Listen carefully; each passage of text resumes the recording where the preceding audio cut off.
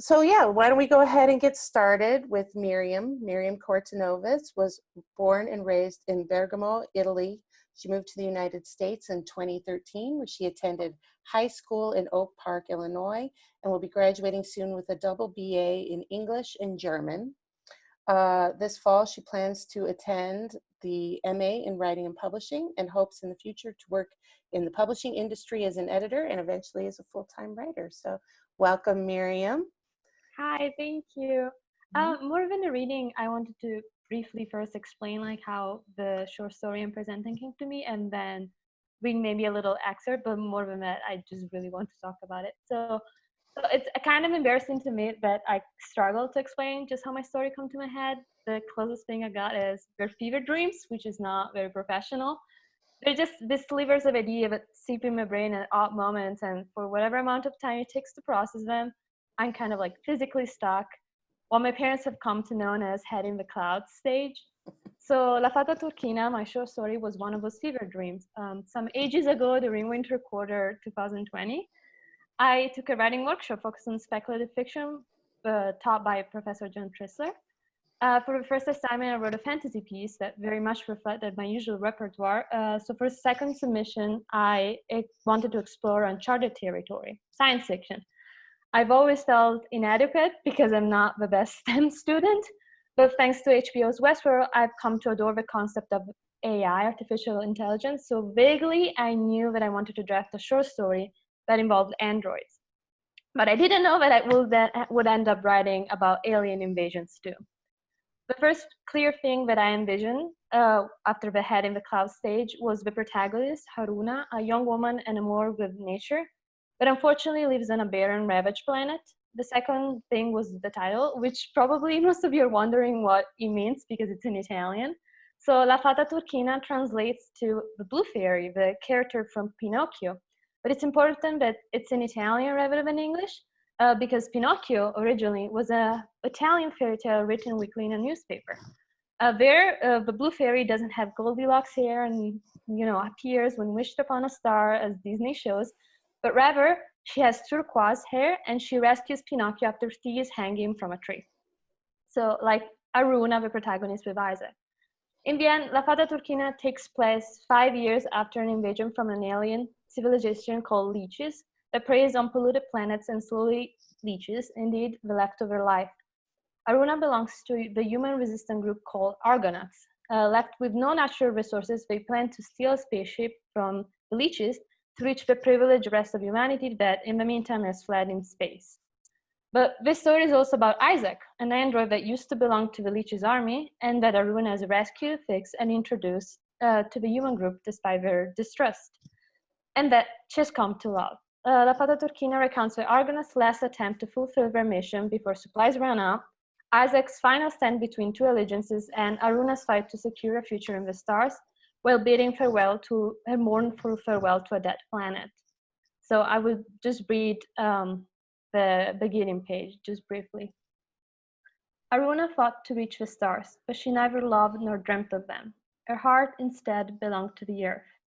It belonged under the dusty table of father's untidy greenhouses, knees glistening in dirt and fingers smelling of dew-patterned leaves. It belonged amongst the yellowing pastures of her hometown, along the beaten path she used to walk with mother after school. It was supposed to belong, one day, to the skyscraping Italian Dolomites. Woven crowns of bluebells were Haruna's constellations. Fields of candy-colored tulips were her asteroid belts. Nothing was more infinite than a galaxy of spear-sharp pines sloping down a rocky mountainside, their evergreen blades reflected in an alpine lake. To the earth, Haruna always came back. When fear blinded her mind, she imagined the soles of her feet worming their way under fresh soil, her skin breathing in relief as it rested in the living particles. From dirt you rise, and to dirt you return. Balance. Before her team's last raid, Haruna sought that very balance. She unlaced her thick black boots and slipped off the thermic socks. But her bare feet only grazed brittle dead sand. The cold from nature's bone needled her skin. The earth was barren. It had been since the bloodletting. Okay. Thank you, Miriam. Good job. Yes. I think, Lucy, you'll probably recognize the yearning passage in the beginning of Miriam's story. That was terrific. Thank you very much. And we'll have a chance to ask Miriam questions about that afterwards. So our second reader will be Caitlin Howland, a junior majoring in English and double minoring in philosophy and performance studies. For her piece, Guide for the Fantastical Tourist, she was inspired by the larger-than-life experiences she had while traveling abroad. Many of these experiences opened her eyes to a richer awareness of the unexplainable than she had previously shrugged off. In her story, she's not trying to frame her experience in an institutionalized religious context, but rather as a happy acceptance of mystical serendipity, so to speak. She hopes this piece encourages others to embrace the wonderment in life which needs no name. So, Caitlin, would you please read us a little bit? Hi, everyone.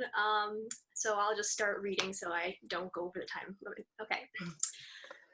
Quite understandably, you may be hesitant about embarking on this, shall we say, quest for the fantastical rediscovery, but fear not. Everyone who embarks on this journey feels the same apprehension, just as everyone who leaves this journey exits with the same elation. So, wrangle that worry and transform it into curiosity, for we have some existential discovery peppered with perfect impossibility to embark upon. Let's play a game of true or false. Guess if you can. True or false. People in the ancient world were intelligent and able to systematically comprehend the world around them while still incorporating mythic elements that served as an underlying basis for their worldview. True. Next statement. A general awareness of the fantastical, a wide-eyed adoration for the omnipresent unknown, which exists at the edge of every human's consciousness, is a silly thing to indulge in. True or false, depending on who you ask and how willing they are to share. In the modern age, we have been conditioned to believe that the inexplicably, wonderfully unexplainable has no place in a functioning society. We grew up being told to reject the mystical, the fantastical, the impossible, not because it's not real, but because it's not convenient to imagine. Reality is a fickle thing, and there's no need to get it more muddled up than necessary. But what would happen if we indulged in the unnecessary, if we peeked over the garden wall, so to speak, and explored the wonderfully fantastical?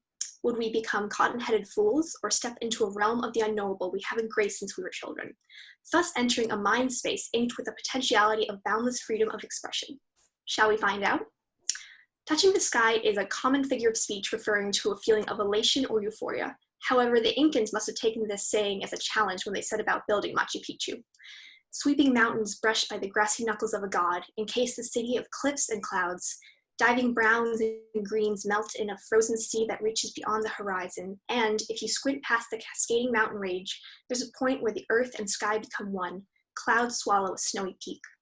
Layered stone walls billow down the side of the mountains like dominoes. City curls along a flattened base, stone buildings jigsawing along the slopes. It's so impossibly crafted that it must be the result of a toddler mountain spirit playing with his first set of Lincoln logs. Spectacularly daubed grandeur, and I was exhausted. Given I had just woken up at 4 a.m. to get on a bus filled with 40 other people just to go on another one before reaching the midpoint of the mountain I had to climb up for an hour before even fathoming of reaching the top, so yeah, I was a bit drained. But it wasn't the hike that had me ready to throw myself off the river into the 200-foot drop below. It was the people, packed together like sweaty sardines in a narrow hallways as we were guided through a never-ending maze of stone. Don't get me wrong, the guided tour itself was fascinating and culturally enriching, but when you've been shuffling an inch behind the same people you've been stuck with for the past week in the boiling sun, it tends to grate on one's nerves. So when my teacher announced that we were going to split up to explore for half an hour, I was ready to scale the buildings right there. While I didn't scuttle away like the frantic beetle I had imagined, when the time came to separate from the group, I made an effort to locate the most remote spot away from any semblance of humanity as possible. I was drawn further away from the central cliff face that Machu Picchu rested upon, and toward the tangled shadows of the forest. This particular breed of forest decided to plant itself on a hill in the opposite direction of Machu Picchu. This was, of course, perfectly welcome to me, since it satisfied my giddy wanderlust and love of going places you're technically not supposed to. Now I just need to find a tree, not a proud tree that was too full of itself, that forbade you from using its trunk as a backrest, or a meek tree that shriveled at the sight of any company. No, I need a tree that would welcome a companion for some time, a timely tree whose youthful glow also echoed hidden wisdom. The path dipped to the right when I found such a tree. Its branches draped gently like a willow, and its roots provided the perfect seating cushion. I sat down at its base and looked up. The sun seemed to blind the mountains with such intensity. I peeled a grenadilla as I lay in the shade, neatly stacking the peel in a pile to the side. A sense of profound wonderment and awe washed over me at the scene before me, of primordial gods and tangled dances, and the essence of a mystic truth stretching its arms, saying, "Do you see me?" I heard a hush of a forgotten tune sung by rivers and skies, and I saw a tuft of fur. I looked over to the left and was greeted by none other than a light brown llama. He paid me no heed, and instead walked right past me to finish off what was left of my grenadilla. My face, which was frozen in shock, melted into a smile of disbelief. A wild llama, in a forest near Machu Picchu, was casually standing next to me and eating my grenadilla. He didn't seem particularly concerned with my presence. In fact, he all but ignored me as he switched from polishing off my grenadilla to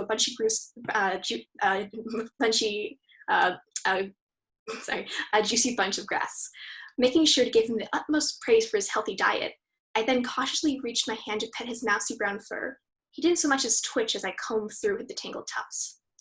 The possibility of a llama not spitting at you as you pet it while overlooking indescribable grandeur, sitting under your new favorite tree wondering why, oh my god, there's another llama coming straight toward me, seemed like something plucked from a child's imagination. The perfect impracticality of the situation had a humor that isn't spoken in this day and age. Like a joke was being played on me that I didn't quite get. Yet, that omnipresent voice still tugged at my ear. Do you see it now? The beauty that is unexpected and unknown? The feeling of magical misplacement didn't have a name and was quite unprecedented in my life so far. Yet a dose of the uncanny did my health some good.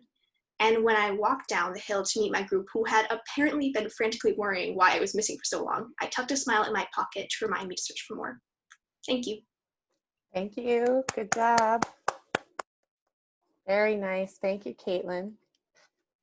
Okay, so our next reader will be Lucy Miller, who's about to graduate from DePaul next week, and with a concentration in creative writing. She wrote this piece for Advanced Fiction Workshop with me last fall, where she says she learned the value of characters who yearn for things just as badly as real people do. And boy, did I pound that one into their heads. If I didn't read that, I would have not said that. I know, it's okay. Don't worry about it. This is a really, I'm just going to introduce this story a little bit because I know about it. This is one of my favorite stories we read last fall about a pair of Siamese twins, conjoined twins, in a kind of magical and historical time period. So, okay, take it away, Lucy. Thank you, yes. This is a story I wrote about a pair of conjoined twins and a magical comet. And I'm just gonna read, let's go. Okay, so it's called Confessor's Comet. Lilith lifted her hand, shielding a set of pale eyes from the high noon sun. There were a great many gentlemen sitting in fold-out chairs along the porch and front yard, staring up at the sky, fanning their underarms, big splotches of tan suits and wide-brimmed hats that neither Lilith Davis nor Millie Davis could make out just right. The girl's father was among them. As they squirmed through the arrangement of chairs, none of the men said hello. Lilith and Millie paused at the threshold of the front door and looked up, too. They didn't see anything. No one saw anything yet. The almanacs all said that tonight, Confessor's Comet would pummel through the sky for the first time in 51 years. Even still, all across the country, well-off folks were bunching together under the fat sky while the sun was still out, just in case it came early. Some of the older people in Broken Bow could remember their own parents gabbing to one another about its imminent appearance while passing cold beef slices and potatoes around the supper table all those years ago. The comet was supposed to make good things happen for good people. It was remembered as a thick white line through the sky that had lasted less than a second, as a golden tear from God finally visible to his people, as the finest heavenly thread of hope that mankind could ever receive. And here it comes again. Lilith and Millie went inside the farmhouse and sat at the kitchen table, each pushing their weight off to one side to fit on a normal chair. Millie used her left hand to grip Lilith's right hand and squeezed it rhythmically. They could almost speak their own language with these little tugs on one another. Their mother, Claire, was turned away to dry dishes. She looked out the window at the men and felt nauseated. The comet was coming. There was much to prepare. Her gaze broke from the men outside, and she turned to look at her daughters. Her eyes moved from the crowns of their heads and along the white hair that curled down their shoulders, to their stretch of a waist, down to their middle leg, the hallmark of their condition, a bulging, bent thing that'd look absurd on an ordinary body. But Lilith and Millie did not have ordinary bodies. They had one and had to share. Lilith squeezed Millie twice, hard, telling her to go on. "Mother," said Millie quietly, "we have something to show you." The girls' teacher, Miss Peters, had not made it through her lesson on Ezekiel that afternoon at school. All of her students were chattering to each other with hopes about confessors. Miss Peters raised her voice over the class, trying to return their attention to scripture, but the schoolroom of 12-year-olds could not be quieted. Miss Peters gave up on trying to teach the children and watched Lilith and Millie as they sat at one desk that had been specially soldered from two so that they could both fit. They were hard to look at. The other children didn't include them in their blathering. Those girls should wish to be normal tonight, Miss Peters thought. She wiped her eyes and stood to erase the chalk markings off the blackboard. With the teacher's back turned, Mason Brown had scratched something onto a piece of loose leaf and crumpled it up. He sat in the far right corner of the room beside his best friends. The boys giggled. They all had scruffy hair that needed a trim, and they all wore collared shirts with boyish trousers. Lilith and Millie both hated them. Mason hurled the crumpled ball of paper at Lilith's head. It bounced off her white hair onto the floor. The rest of the children continued to squeal and whistle and holler and did not notice as the paper soared across the room. Millie wanted to see what Mason had written. Lilith wouldn't allow it, so she simply picked up the ball of paper and put it in her dress pocket. "Lil, please let me see it. What are the boys saying about us?" asked Millie. "Stop it. Don't be a baby," said Lilith. "We'll look at it on the walk home. I don't want them to think we care about this stupid stuff. Don't show them that you care. Act regular." Millie would do her best to obey Lilith. It meant a lot to Lilith, acting regular. Millie didn't think they needed to act. She had always loved being one half of their body, and she loved the other half just as much. Now, Lilith wanted Claire to see what Mason had thrown at them. Millie took the paper from their left pocket. Lilith used her other hand to help her smooth it out over the tablecloth. Claire kneeled beside the girls and patted her blonde hair behind her ear. Her lips were as pink as her cheeks, glowing against milky skin. The note they laid on the table had been written with soft lead. It read, "I wish on Confessor's Comet to see Siamese private parts." "Who wrote this?" Claire asked. So yeah, those are the first few pages. Thank you for listening. I was inspired to write this piece from an Edward Hopper painting that I really like, and I am really happy that this came out of that class, so thank you guys. Sorry, gotta unmute myself. Good job, Lucy. That was terrific. So, okay, thank you so much. And then our final reader is going to be Avery Paulson. Avery is a junior studying sound design with a minor in creative writing. In addition to designing and writing, they also enjoy urban gardening and dogs. Avery's excited to be sharing the mailbox. So, Avery, go ahead and take it away. Yeah, this was a quick little piece, and a lot of what I was trying to do was just trying to capture just a glimpse at the border of what we may not be entirely familiar with. So it kind of talks about like the borders between life, death, and then that very slim in between.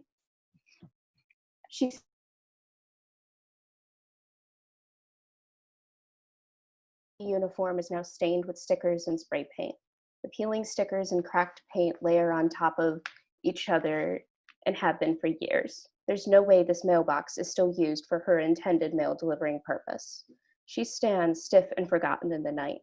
Not a soul will notice, but amongst the frail stickers and fading paint, the mailbox is covered with fingerprints, marks of the past.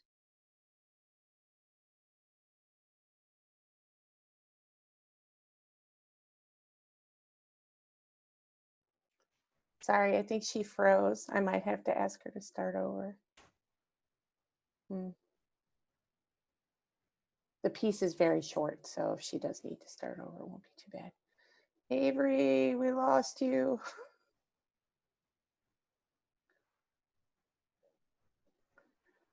Okay, well, that's frustrating. Thanks, Lucy.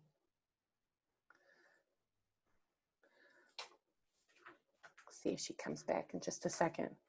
Oh, there we go. Hi, can you hear us, Avery? Yes, I'm sorry. so sorry you froze. Just go ahead and start from the beginning because you froze a little at the beginning too, and I think some Cool. people missed it.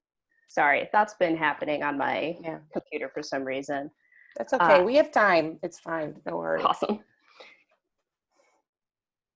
Oh, no. A soldier of an old Union on the beaten road. What used to be a shiny uniform is now stained with stickers and spray paint. The peeling stickers and cracked paint layer on top of each other and have been for years. There's no way this mailbox is still used for her intended mail delivering purpose. She stands stiff and forgotten in the night. Not a soul will notice, but amongst the frail stickers and fading paint, the mailbox is covered with fingerprints. Marks of the past, present, and future are perfectly preserved. Letters to the lost, offerings to God's forgotten, and every so often, a life that still remains are left to her protection. She's a beacon of hope. She stands in a desolate landscape, refusing to wither away. She may have been forgotten by most, but she continues to hold her purpose tight. Nothing is ever truly forgotten, though. This mailbox, once used to hold and deliver letters of the living, now has a new purpose. You see, in the land of the lost and the forgotten, time is thinner and barriers between the living and the dead are weaker. This mailbox used for letters from person to person, rather, she is the messenger of ghosts and other lost souls.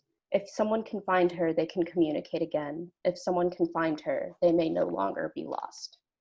Thank you. Okay, thank you so much, Avery. That was wonderful.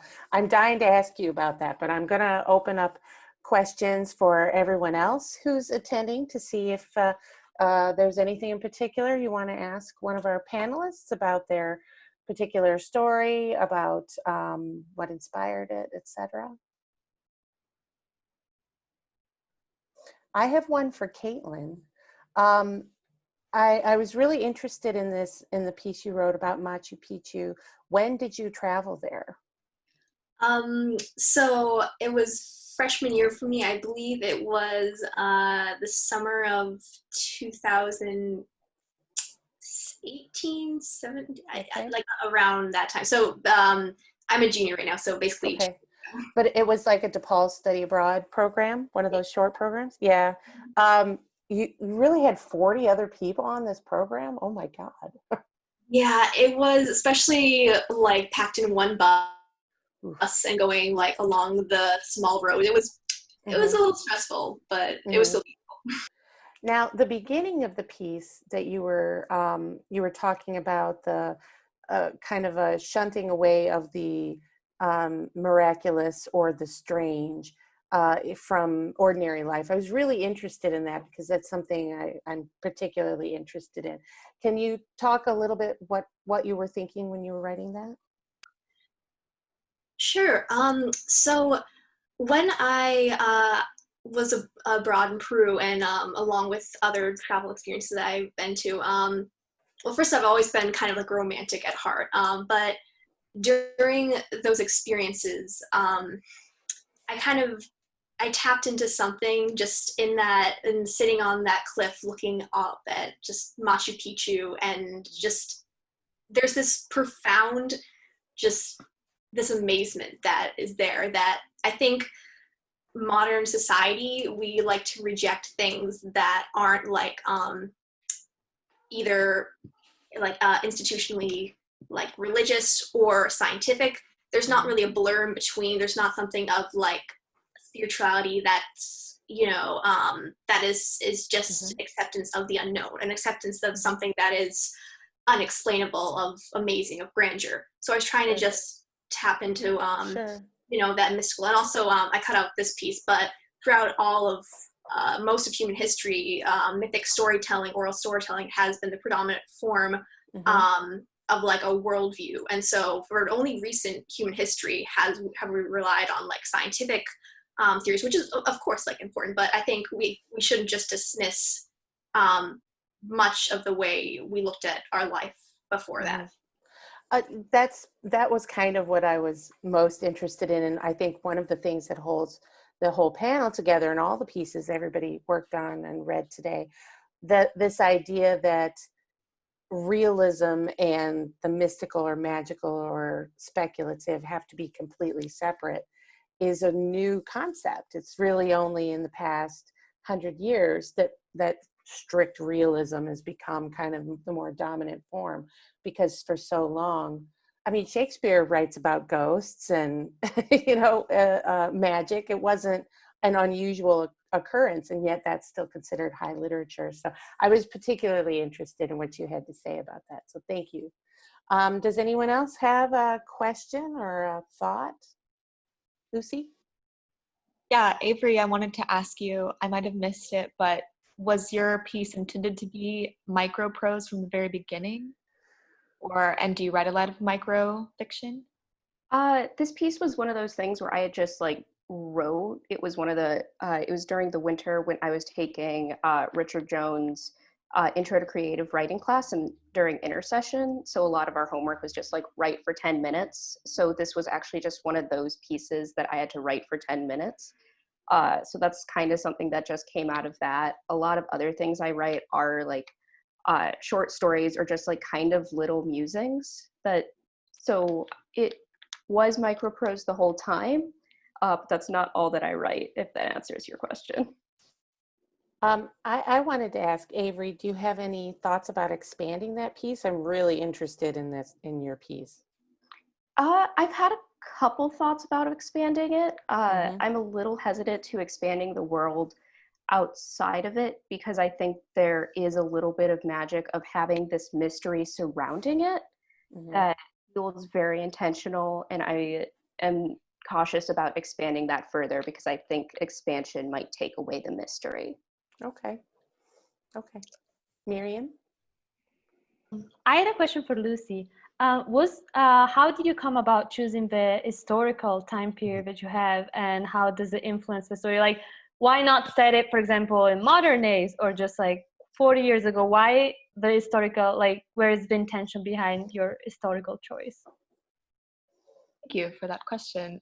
Really and truly, it was, I initially came up with the idea of the conjoined twins, and if it was in today, there would be more likelihood that they could be separated via medicine and doctors. So I wanted to remove that element, so I really had to set it back. Also, like I said, I was just really into Edward Hopper, and there's a lot of like old-timey paintings of women like staring out of windows, like on a farm. And so I really wanted to channel that loneliness and that staring out of window vibe on a farm. So I had to set it back for that. But yeah, the magical comet really would seem would have been probably debunked by science in modern day. So it was out of necessity, I guess. So a lot different than your piece, but kind of the same vibe. So thank you.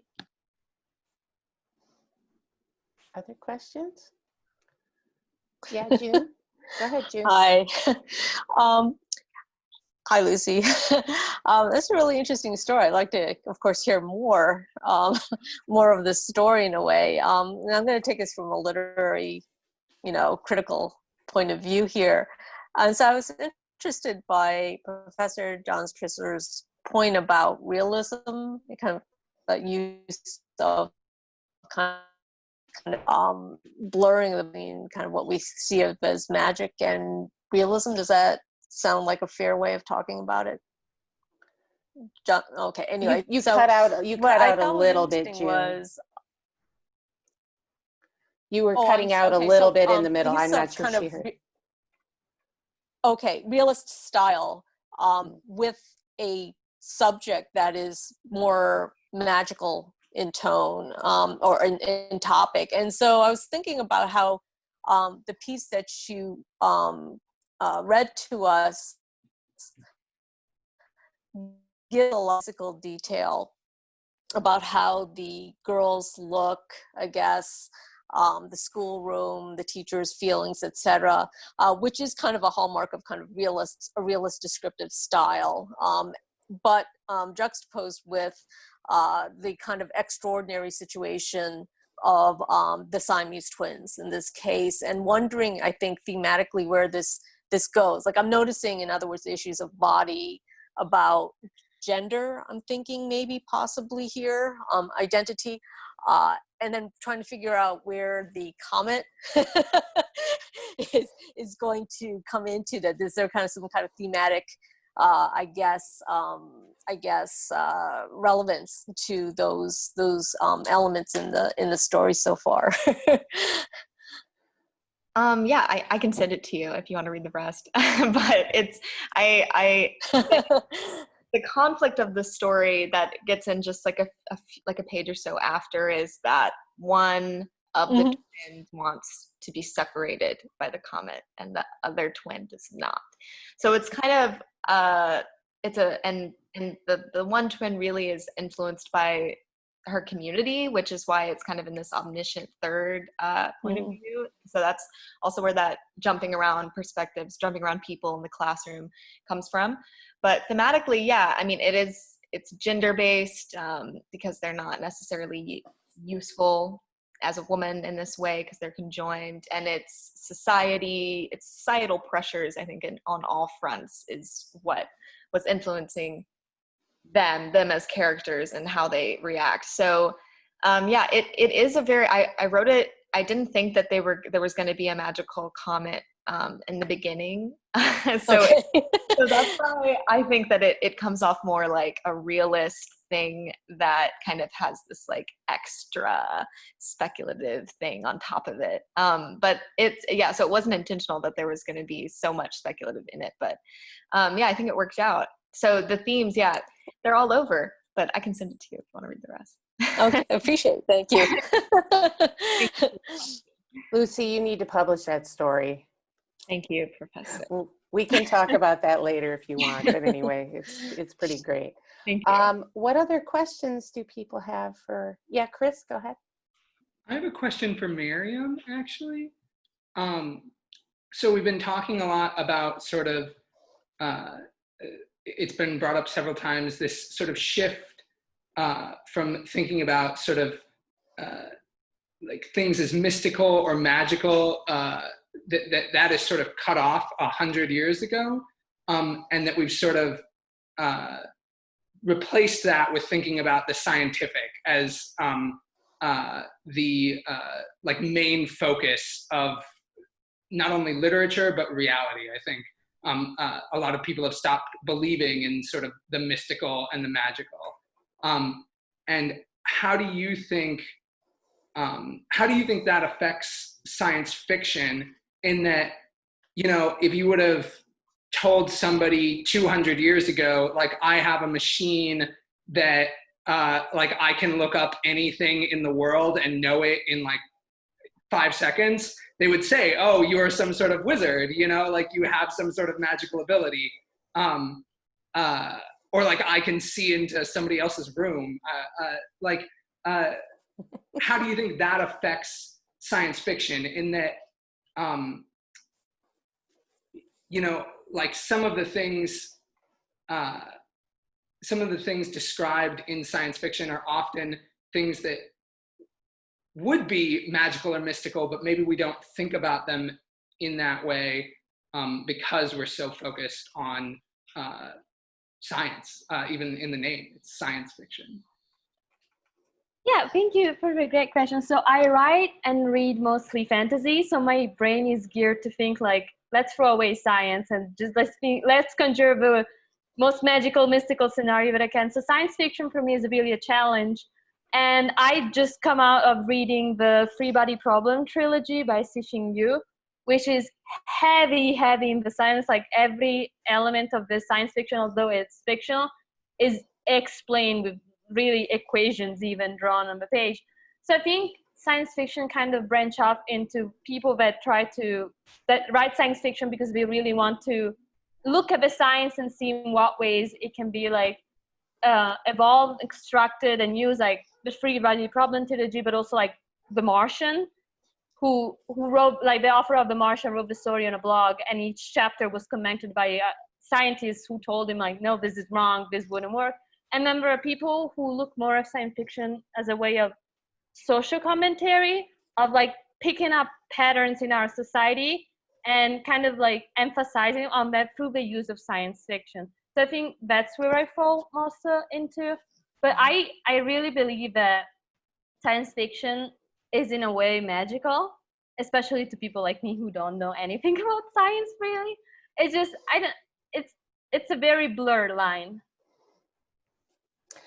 One of the things that Miriam's story goes on, she only read the first page, but there's an android in the story, and the android has no gender. And so that becomes kind of an interesting social commentary in the story as well. And so it's she's definitely more interested in the social commentary part of science fiction, I think, than the scientific. So what other questions do we have for our readers today?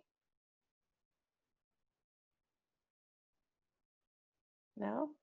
Yeah, Ted, go ahead. I want to ask for all four readers, thank you, they're great.